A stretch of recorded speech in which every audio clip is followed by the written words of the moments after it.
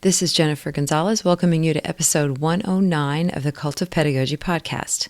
In this episode, we're going to talk about a simple, effective strategy for getting students to have rich, one-on-one conversations about what they're learning and get to know each other a little better in the process.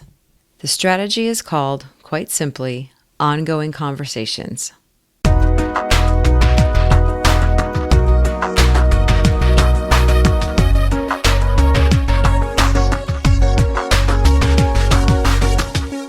In our dreamiest of teacher dreams, some of us might imagine days when our students spontaneously erupt into complex, nuanced conversations about the things they're learning in our classes.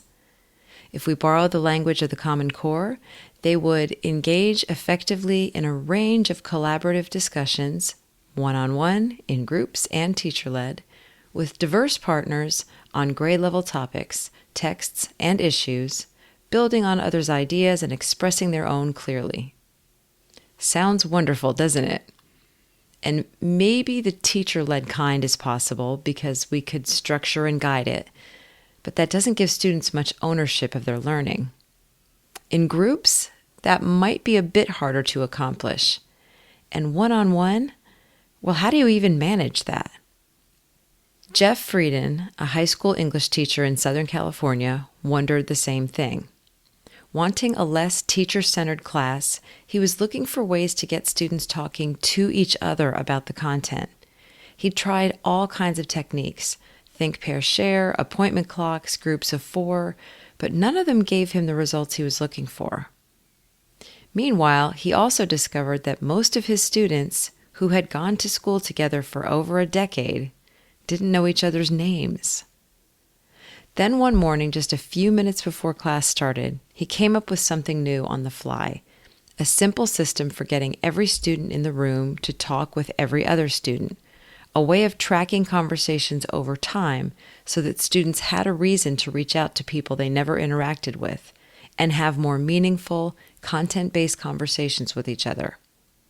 Since he started using this method, Jeff says his classroom just feels different. Students are taking more academic risks, diving deeper into the content, and actually getting to know each other. In this episode, he's going to tell us how this strategy works. Before we get started, I'd like to thank PeerGrade for sponsoring this episode. PeerGrade is a platform that makes it easy to facilitate peer review in your classroom. Students review each other's work, while PeerGrade takes care of anonymously assigning reviewers and delivering all the relevant insights to teachers. With PeerGrade, students learn to think critically and take ownership of their learning. They also learn to write kind and useful feedback for their peers. PeerGrade is free to use for teachers and students. And now, Cult of Pedagogy listeners can get 3 months of PeerGrade Pro free of charge. Just sign up for a free 30-day trial, then redeem the code CULT to extend that free trial to 3 months.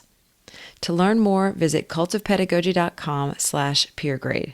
Support for this episode also comes from Microsoft Teams for Education, the digital hub bringing assignments, conversations, and content all together in one place. Plan, share, and connect with students, staff, and fellow teachers across your school. Whether you're grading and providing feedback to your student's history project or sharing your next big idea for a lesson with your department, Teams for Education can help you and your school achieve even more. Teams for Education, making classrooms collaborative and saving time for teaching. Visit Microsoft.com/education to learn more. I would also like to thank you for the reviews you've left for this podcast on iTunes. These reviews really help future listeners decide if this podcast is worth their time. So, if you've enjoyed listening but you've never left a review, I would love it if you would take a few minutes, head over to iTunes, and tell me what you think. Thanks. The Cult of Pedagogy podcast is part of the Education Podcast Network. The EPN family now includes 26 different podcasts, all focused on education. The newest addition to the EPN family is a show called Teachers Need Teachers, a podcast for new and beginning teachers. Host Kim Lepre covers all kinds of topics like what to look for when examining student demographics, setting up your classroom to maximize learning, and how to handle angry parent emails. Check out Teachers Need Teachers and all of the EPN podcasts at edupodcastnetwork.com. Now here's my interview with Jeff Frieden about his ongoing conversation strategy. I would like to welcome Jeff Frieden to the podcast. Jeff, thank you so much for coming on. Oh, yeah, you're welcome. I'm really glad to be here. Excited, actually. Yeah, so we kind of I've been interacting with you on Twitter probably for a good long while now, but you said something, the other day, or maybe it wasn't even the other day now, but it was a while ago. You sort of pointed me toward this blog post about something that you have been doing in your class called Ongoing Conversations. And when I read it, I thought this is really a great idea, and I wanted to share it with my readers. So before we get into all the details about that, just tell me a little bit about yourself and your current role in school. Yeah, I teach in Southern California. I've been teaching English language arts for 14 years now, a couple different districts. And I've done all grade levels from, 9th, 10th, 11th, 12th, college prep to AP, honors, pretty much all of it. And I've been one of those teachers who, I guess, it started probably my first year of teaching when I went to a conference and I converted to teacher nerdism. And I've been participating in committees, grants, and even chaired 2 different English departments over the span of 8 years. So, all right, great. So you're well steeped in teaching English language arts. Yes. And conversations should be a part of teaching English. Right. So tell me a little bit about the problem that you were noticing before you tried this strategy. Yeah, so I've done a lot of different kinds of discussion models in class with varying levels of success, depending on the class that was in front of me and my level of comfort with the topic and just even rolling it out. And then there was one class that it was kind of this thing that came together where it was an unfortunate circumstance. Actually, it turned out to be really good in the end, but I had this AP class one year, 2 years ago, and they had to collapse it at semester because of enrollment. And so they kind of Frankenstein together this junior class for me to teach from, students from different teachers. And we're all coming together for the first time for second semester. It's first period. And it was kind of quiet and awkward at first, which is totally understandable given the circumstances. So I started to kind of notice, I want to do conversations with these guys, but it's not really working. I tried some online conversations. And there was some really deep thought there. And I thought, man, these guys should just connect and talk. There's some really good stuff going on. And then I kind of started thinking about, there was other things I was thinking about too in my other classes. And one of the I have them sitting in tables as kind of the design of our school with the furniture we have. They have to sit in groups of 4. And I was just noticing this uncomfortable group think coming from the tables. So I would change seating charts. And then I could pretty much predict like who would answer what or what kind of idea would come from certain tables in certain periods of the day. And I was like, this is odd. I could shake up my seating chart all the time, but that's a ton of work I'd have to be doing. Right. So, and with this class in particular, they would talk in partners. Yeah, kind of, table, sort of, but class-wide, no way. So, and I could do mixer activities where I get them up and walking around and partnering up. And I've done that before. And there's certain kinds of success that come with that on a given day, but they also poke holes in those systems. And they just kind of work their way around it to end up talking to their friends. And it becomes more social than really content-centered interaction. And also those type of mixer things, they usually only last one period. And something that was bothering me, I think for a long time as a teacher, was students come in day to day and they kind of sit and they wait for you. They say, what are we doing today? Yep. Even though we've been reading a novel for 2 weeks. What are we doing today? And it's like the previous 2 weeks hadn't even happened. So there was this kind of day to day thing that was bugging me. And so all of this stuff was bugging me all at the same time. Because that's kind of how my brain works. So that was the problem I was experiencing. Lots of problems, actually. Okay. And so the conversation just wasn't flowing. It wasn't really content based. And you had said that you had seen this before, but it was just more acute in this particular group. That's really what really inspired you to try something different. Yeah. I think it gave me the nudge that I was Okay. looking for. So what did you do? So one morning, we were about to start reading Kindred by Octavia Butler. It's a great book. Mm-hmm. The students really like Mm-hmm. it. I've taught it at the AP level, and they were very, very engaged with it. And I'm thinking about this class in front of me not the most engaged class. It's early in the morning. We just came together. I get it's awkward. It's kind of the circumstance that we're in, which I don't think is really anybody's fault at that point. They have just joined me. I'm just joining them. Mm-hmm. But it's still my responsibility to lead them through that. Right. And I guess what I really wanted, I was like, gosh, I'm gonna talk to them, and I just picturing them not like engaging with the book, and it's kind of breaking my heart a little bit, and it's also making me a little angry. But again, not at them, just at the situation. So I was like, you know what? I really want them on their feet. I want them talking to new people, having new thoughts, and I want them to learn each other's names, because this has really been bothering me for a long time that they don't know each other's names. Yeah, isn't that crazy? And it is. Some of them have been going to school together for 10 years, and they don't know each other's names. And I talked to my daughter. She's in 9th grade, and I'll ask her about kids in her class. She's like, I don't know their names. And it's like, really? It's just weird to me, but it's apparently really common now, I think. Yeah. I guess. And so that was really bothering me too at another level. Mm-hmm. I also just wanted them to hold these series of conversations over time, connecting one day to the next. So, and then I think I was just kind of sitting there stewing in my sort of teacher nerd anger, I guess. And then a lightning bolt, like a flash, where I was like, I know what I can do. And I kind of already had this roster for something else that we did in the class. So I pull up this roster. It's like 20 minutes to go till the bell too. Like I need to get this done. Yeah. Yeah. And so I put in a roster. I have the roster ready to go. I do a date column so they could record the date, and then just rows for writing down summaries or just a blurb about what they talked about with their partner, and just one instruction at the top, which was something like, over the next couple of weeks, we'll be reading this novel, and you are to have brief conversations with 22 of the students on this list. So I rush to the printer, print it off.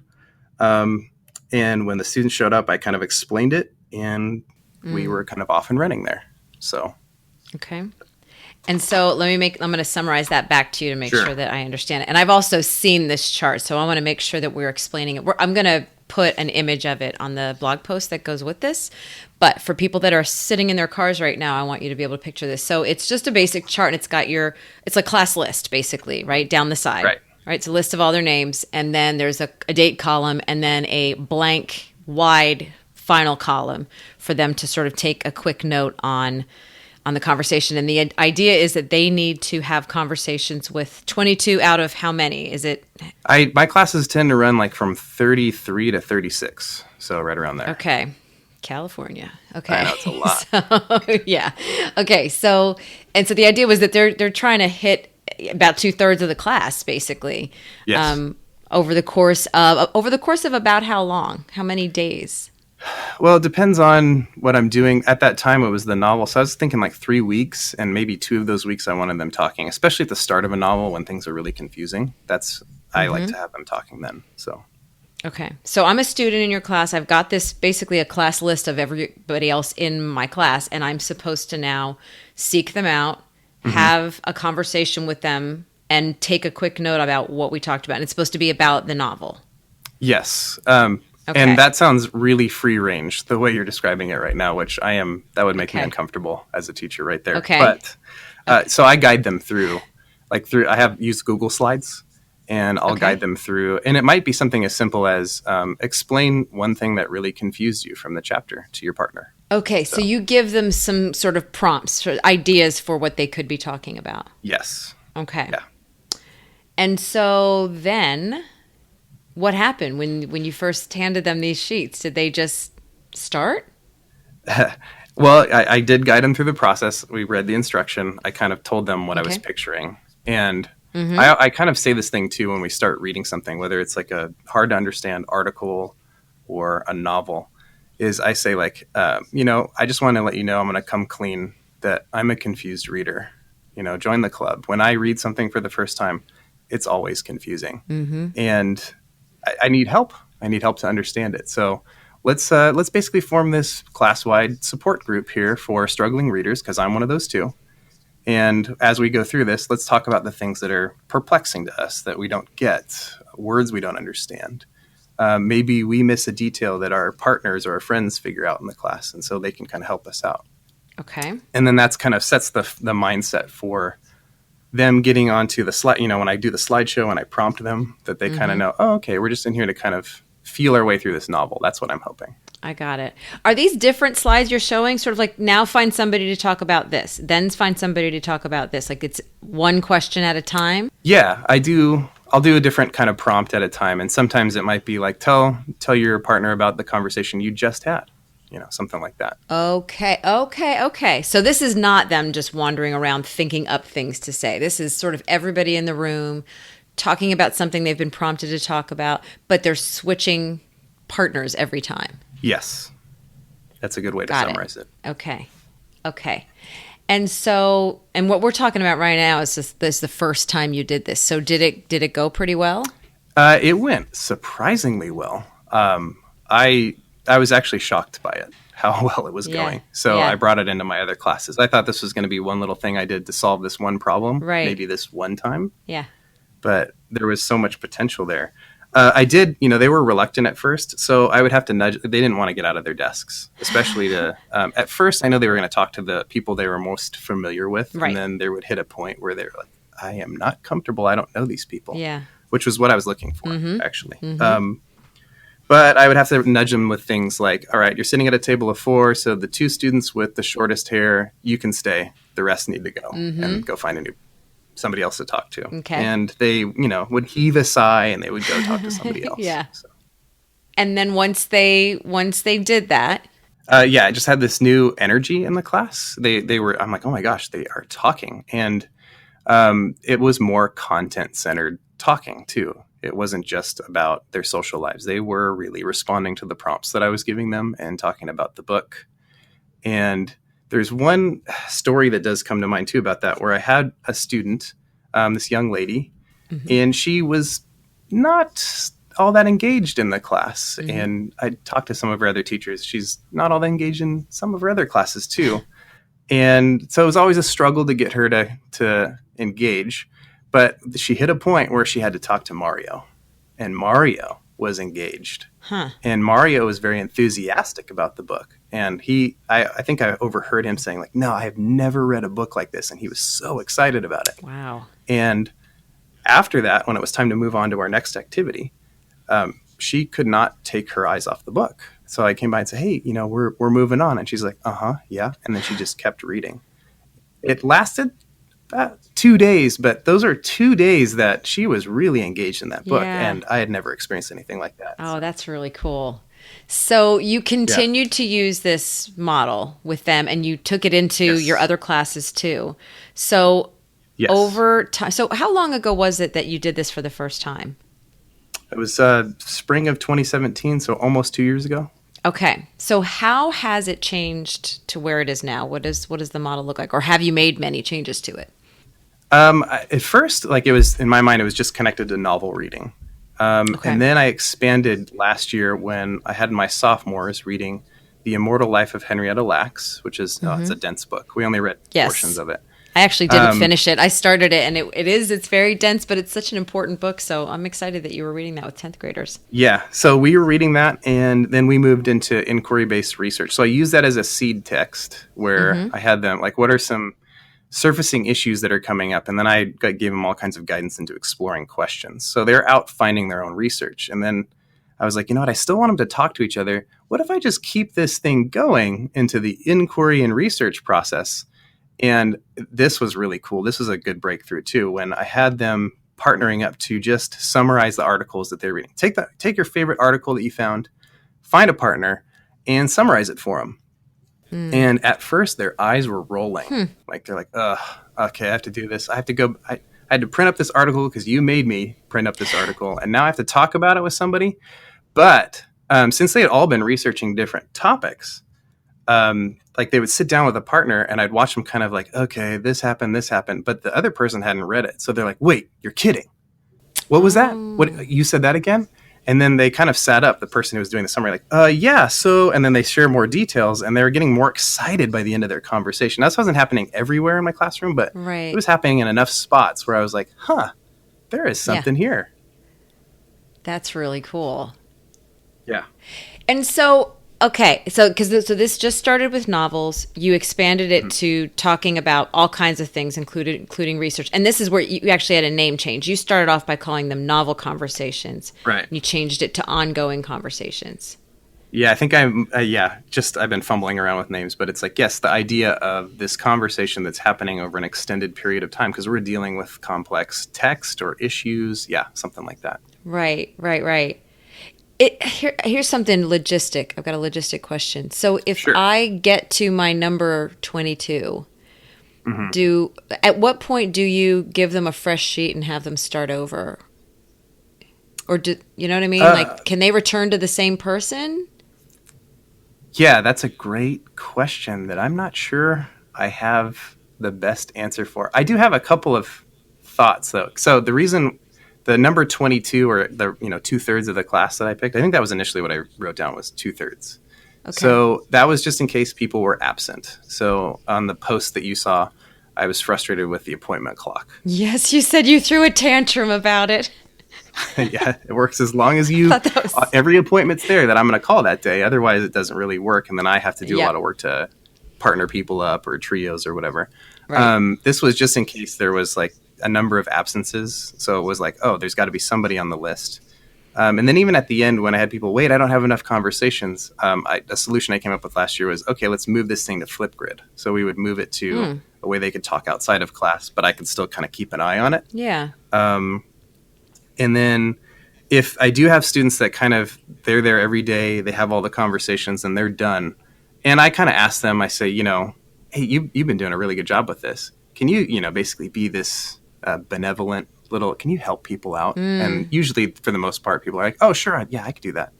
So how do they do that? What does that look like? What are they doing when they're helping people out? Oh, they're just having that conversation so they might have 30 conversations where the person they're talking to is working on their 20th. Oh, I got it. Okay. So the kids are going to have uneven numbers because of just attendance and that sort of thing. Yeah. Okay. So, but I just say, hey, you're doing such a good job. Usually when I kind of frame it that way, that really helps the students. Yeah. So.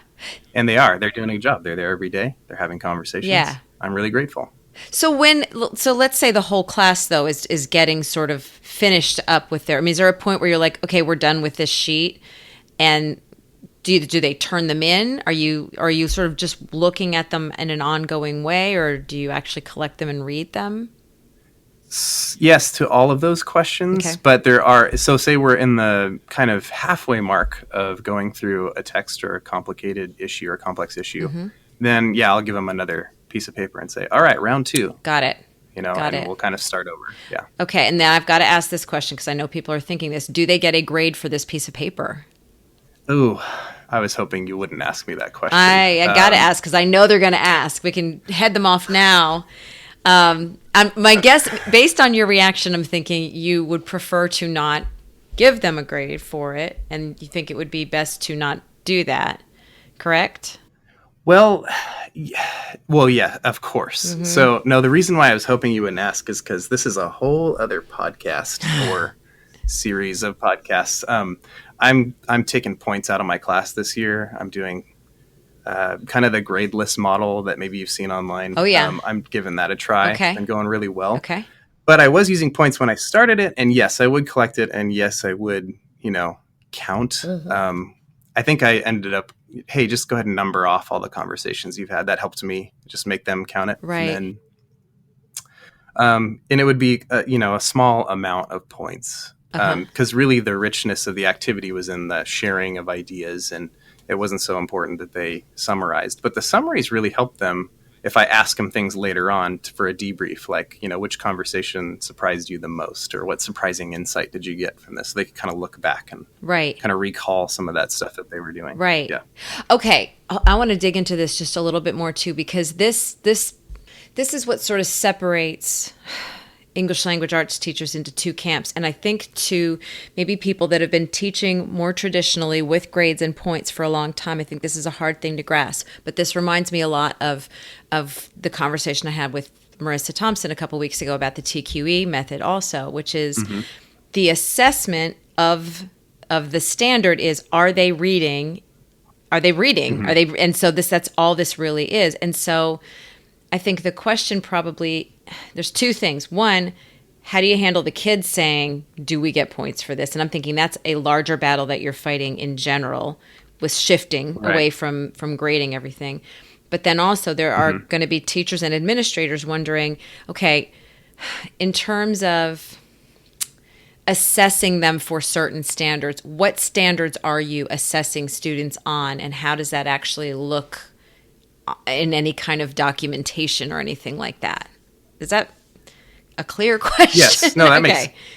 it is clear, because I do hold conversations with my students about their learning, which is standards based. Right. And so they have to justify to me how they're learning the standards Okay. and kind of at what level they're learning them. Okay. And so I will definitely throw in, if it's literature, I'll throw in some literature standards, and I'll remind them, hey, we did this with ongoing conversations. When here's the analysis piece. When you talked about character. And then also it's speaking and listening at the same time. So I got speaking and listening standard 1 from the Common Core State Standards, which is just they have to have a range of collaborative discussions. And so I kind of break that down for them, and they tell me how they're doing on that standard through the ongoing conversations. So, and they document that, and I look at the document and we talk about it, and it all kind of translates into a letter grade, because I am in a traditional letter grade school. Right. I do need to submit a letter grade, and I do. And they, really, I think kind of underneath the question that you're asking is what motivates them to hold these conversations if you don't have points attached to it. And that's sort of, well, hey, I'm watching, you're going to be accountable for this later on. So let's just pretend that, it's not pretend. I love making the joke that this class is totally pointless. That's been fun this year. Like, no, it's totally pointless. But,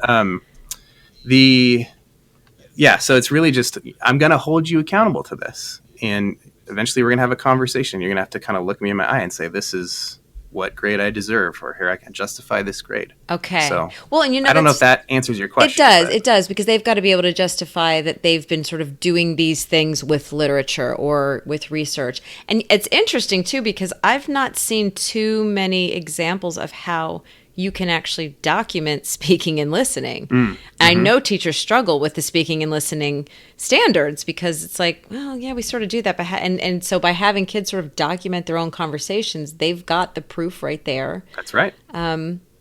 Do you end up doing any kind of like if with novel, do you do any kind of an assessment or a paper at the end of them reading the novel, or is it just to read it and discuss it?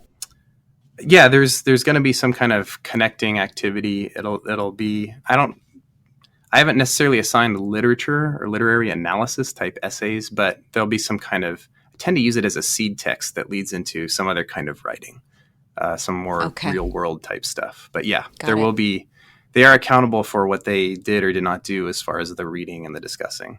Okay. And what about kids that show up having not read? Let's see, I think I just I didn't have a good solution at first, which was just to sort of like, well, it looks like you're going to have an awkward conversation with a few people today. But that's a real world consequence. Though. And that actually, like I was talking about that young lady earlier, that kind of worked, at least for a time. That worked for a couple of my students, where they kind of, oh man, I need to, I'm going to have these conversations, and my friends are dwindling on my list here of people I can talk to. So I should probably show up with something read. And they help each other out too. They kind of compensate for each other, but those who aren't reading, they're still getting some of the reading through, even though they're not handling it on their own, they're still getting some contact and seeing different angles and points of view. Yeah. And even if a person, like say I'm a student who's done my reading and I sit down with somebody who hasn't, I still get to kind of go back over and recall and do all those great sort of learning habits, even though I haven't, my partner isn't kind of interacting with me. I might be, and they don't know, they're actually sometimes inadvertently, they're motivating the other student to pick up the book. Right. But I might try the whole go out into the hallway thing that Marissa talked about during her podcast. Go out and read. Yeah. Huh. Okay. So is there anything else you wanted to share about Well, I actually had wanted to know if you've got any do's and don'ts for teachers that who want to try this. What advice would you give them? Yeah, the do's and don'ts. It's kind of more in. It's I would say don't print up, listen to the podcast and then print up a roster and then say go. Got it. I don't think that would Okay. work. It's a little too free range. And then depending on the maturity level of your students, like I'm doing this with mostly 12th graders right now. And so they're able to handle walking around a room and not squabbling with one another or getting caught up in other things kind of on their own. So I don't have to coach them as much with the social aspect. Yeah. But if you're going to do this at like a junior high level, I think I would be heavy on the here's how you introduce yourself to someone. So those are the kinds of things I would do is coaching into. I mean, my seniors some of them have remarked, I did a survey recently where they're not really sure how to initiate a conversation with someone they don't really talk to normally. So I'm thinking of bringing more of that aspect in as well. That's kind of a do for myself. Yeah, just role playing, really, like having just like a fishbowl Yes. with. I did a podcast interview with Michael Linson. He does the Smart Classroom Management website, and he really emphasizes modeling, explicit, detailed modeling of like what your body posture looks like, how you can phrase things, that basically to be behaving in a way that's going to be conducive to a good classroom environment versus what not to do. And he'll model that too, which I would think with junior high kids especially, that would be crucial. Yeah, absolutely. And then because really what my goal is, like, I'd love it to be kind of like my college experience, which wasn't true in all my classes. But if I was struggling with something, I'd go talk to someone about it. I'd go ask them what, I got half an idea here. Am I on the right track? I mean, I'd be comfortable enough doing that with my professors, but then there was also just my classmates. And so this is the ongoing conversation tracker thing that I'm using is really just a way to sort of initiate them into that sort of academic discourse, that inquiry-based discourse where they're not really sure what their next steps are, what their full thoughts are yet, but they're talking with somebody about it to kind of help them form them. Right. So ultimately, the dream is you no longer even need the tracker, that this is just your classroom culture, that everyone talks to everyone and they're generating these questions on their own. And that may never happen, but you're sort of creating that culture. Yes, exactly. Yeah. What are the most positive outcomes you've witnessed from making this change since you've been doing this? Yes, I have had a lot. I guess I said earlier that I do a lot of kind of discussion-based models, four corners. I don't think I itemized them, but philosophical chairs. I've done a lot of different kinds of discussion in there, and those are good. And I still use them. And actually, I've sort of disrupted these ongoing conversations with them. I wrote that on a slide recently. It was like, and now I interrupt these ongoing conversations for four corners, and that was actually really helpful. Because they're already sort of talking in this inquiry sort of mindset, and then they move into this argumentative sort of mode, and then we go back to conversations, and it kind of enlivened it a little bit more. But what I've noticed in that, so when I do the four corners, is it's really content centered versus. Like, I think I read a post you did recently too about the fisheye syndrome. Oh yeah. And I know for years, I was seeing what I wanted to see with student interaction. So I might have like a third of my class really interacting. This has helped me kind of see like to what extent everyone's interacting. And also when I send them into their four corners or their philosophical chair, I say, now while you're there, why don't you go ahead and use this opportunity. You have someone who's like-minded with you, talk with them, and you can put that on your ongoing conversation tracker sheet. Yeah. So it's been, I've just found a lot of different ways to sort of incorporate the things I have been doing and sort of move this into, like you were saying, this is the classroom culture I want to promote. Yeah. And it's okay to be uncomfortable with your own ideas and talk with other people who are uncomfortable with their ideas. And so it's just really student-centered or content-centered discussions that are happening. So nice. And then I guess one of the other benefits is my check for understanding is by walking around. I don't need to do exit tickets. I don't need to do quizzes. The other day, my sophomores were talking Animal Farm, and I had asked a question about Clover, and there were way too many of them saying, Clover? Who's Clover? I don't know who Clover is. And so I just went, okay, time out. And then we talked about that character and her relevance in the story, and do you guys, and then okay. They kind of got it and they got back on track with their conversations. Wow. So you immediately responded to it. You were able to immediately respond, which Yes. is the ideal in teaching. You can do a formative assessment and you Yes. can meet their needs immediately. Yeah. Yeah, and that's exactly what happened in that moment. So, which was nice, because I didn't have to collect anything. I didn't have to spend an hour going over realizing they don't know Clover and then Right. being upset about it too, because I take that personally. I shouldn't, but I do. So, and then I collect less work, but students do more. So it's a real collaboration now too, where I've always heard guide on the side and didn't really know what it meant. Yeah. I'm starting to feel like I know what it means now. That's fantastic. Yeah. And then I guess, yeah, that's pretty much like how things are now. I guess my next steps are, a challenge I've noticing is some of them struggle. I would say a lot of them at a certain point, they struggle to initiate contact with people. Yeah. And they said this in a survey. A lot of them, they fear being wrong in front of their classmate. So that's something I have to work on. That, I almost see both of those as going hand in hand too, because initiating a conversation that is you're risking getting rejected in some way. And I feel like, and I hate using the expression kids today but I feel like this is with people in general. In 2018, we're getting worse and worse at having face-to-face conversations. Like I've met adults that I've interacted with online who can't function face-to-face. Like they're weird face-to-face. And it's like, oh, come on. And I think we need to be giving them practice in class and almost giving them scripts, because you have a script to go by and it's like, oh, okay, I understand how to do this. And then you don't have to follow it anymore. But people don't necessarily even know how you do that. So that's really valuable work, is to teach them directly how do you start a conversation. Yeah. And well, for me, I'm thinking academically too, that there's tremendous benefit in getting past some of those socially awkward stuff, and really just learning how to interact with another human being will actually enrich your academic life too. Yes.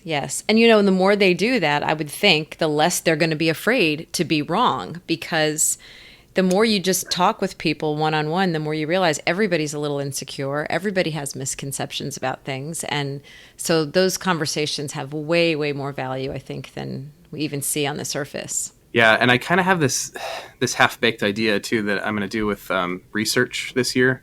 Because one of the things with real inquiry and research, so I'm kind of off on a tangent, but I'll bring it back, I promise. Okay. So one of the things that they struggle with is like, look, good research means you're going to ask a question, you're going to follow it, and then you're not going to like where it goes. You're going to read article number 4 that negates article number 1, and you're going to want to crumple that one up. And I said, that's good research, but that's not, school is mostly like getting through a worksheet and then you're done, but that's not how it works. So I'm thinking this year I need to sort of visually show them how that works. I think I might buy like a fancy waste paper basket, and I'm going to say, hey, fill this up with your bad, like the things that you don't like. We're going to try and fill this up with all of the canned ideas. We're actually going to throw them in here. And we'll say, like, look, we're doing good research. So I need to figure out how to create some kind of like signal to them, like they're doing good things. When it feels like it's wrong or off. Like, I'm confused. Good. Here, like some kind of signal, like that's a good thing. Because acknowledging that's huge. Maybe you just make a big bulletin board and they've got to just write like scraps of paper on like, I thought this and then I came across this article and it completely like blew it out of the water and now I don't know what to do. Like sharing those moments where they fell down and other people be like, oh yeah, that happened to me too. Or even like somebody else would pick it up and say, oh, try this. So then You're right. And they're collaborating together. Now they're kind of, the ideas are, that would be great. Also, any suggestions your followers might have would be great too. Okay. So They often have the best ones. So. Okay. So anything else that you want to share about this process before we wrap up? Yeah, I mean, so those are the challenges, but I guess the big value is, and the students are saying this too, even though they're struggling through the discomfort, they say that it's exposing them to ideas they wouldn't have considered had they just been asked to do it alone or kind of respond on a worksheet. And so they're seeing new points of view, whether they agree with them or not, but it's actually influencing them. And I had one student who actually wrote a lengthy response saying that, you know what, I don't know if I've changed my mind, but I just told myself for the sake of this, I'm going to be open. And it's actually changed the way I think about this issue, which was, That's huge. My teacher, Nerd Heart, was singing. Oh, gosh, I bet. Man, Yes. You need to save that one and laminate it. I think I will. But yeah, I really think too, I'm just barely scratching the surface on what I can do with this. And I'm just going to keep refining. So, if people like it, keep coming back and give me some new ideas. We can build something really cool here and get talking, interacting, and connecting one idea to the next from one day to the next, and just being comfortable with their own discomfort. Speaking of following your progress on this, let's tell people where they can find you online. Yes, I have a website, makethemmasterit.com, and my Twitter handle is about the same, makethemmasterit. I had to take out an E in master because they wouldn't let me put it in there. And then if this is not necessarily related, but I did write a book last year about Writer's Notebook. It's called Make Them Process It, Uncovering New Value in the Writer's Notebook. You can find that on Amazon. And I do have a free course on my website to help people with that.